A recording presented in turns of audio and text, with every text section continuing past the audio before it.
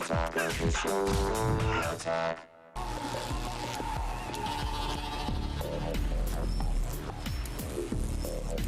don't you come on back? That was a fun bit, but let's keep going. Good. Hey! It's light, it's airy, it's a Sony Netbook. Ooh, tell me more. Okay. I'll tell you more.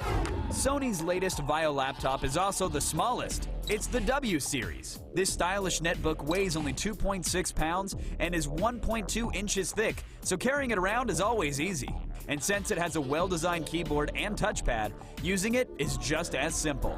With a 1366 by 768 resolution, 160 gig hard drive, Bluetooth and Wi-Fi, the W is ready to go for $460.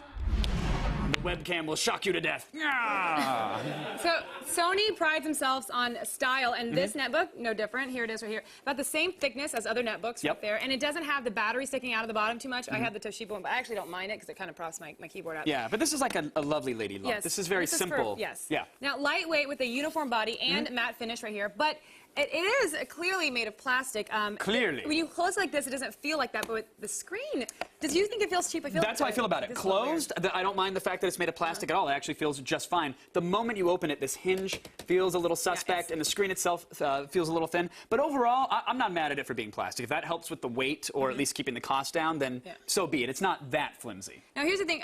The keyboard, okay, it's well-spaced, which is what you want, but then they throw in the fact that there's space, but then the keys are so small. Yeah. So, like, do you see this right here? They're really teeny, I'm not happy tiny. with this keyboard. I'm not happy with it at all. So what do you think about that? You need to have, like, Cabbage Patch size, like, doll hands to really get a good grip on this thing, because I don't like the keyboard at all. And here's the other thing.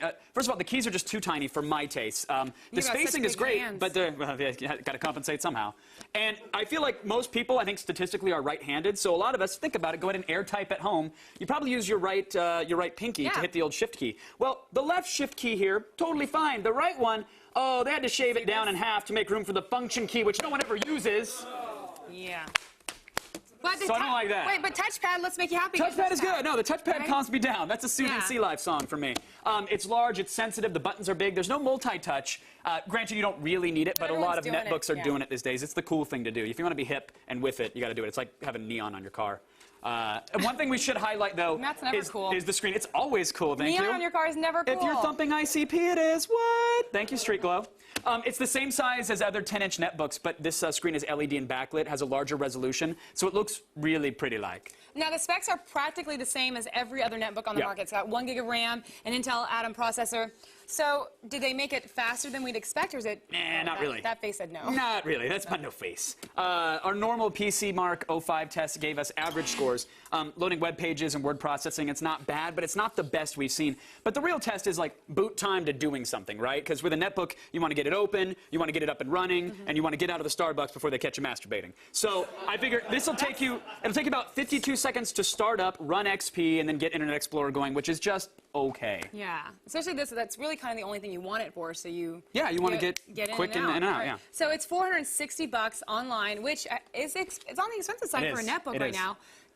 I'm going to guess that you're saying no, but I'm going to ask anyways, is it worth it? For me, no, just because of the keyboard. What if you're a Cabbage Patch Kid? If you are a Cabbage Patch Kid, then it's up to you. Because here's the thing. This is by no means a bad product, by any stretch. It's just a little pricey for the performance that you're actually getting. So, what's our rating then? Our rating right now is, look, we like the design. We like the interface as well. It's okay. But since it's expensive and sort of lacks in performance, we're just giving it 3 out of 5. So that's not bad. I thought you'd say 2. No, look, again, it's a decent workhorse. It kind of fits in there. It's mid-range. Especially if you're the people who really love the VAIOs. A lot of people have a crazy brand loyalty to Sony and to the VAIO specifically, like the VAIO line of laptops. So wait for a good deal, wait for the price to drop a little bit, and then I think it's more worth it. All right, well, that's it for Gadgetron. But remember, for even more of the latest news on computers and tech, check out the all-new G4TV.com/thefeed.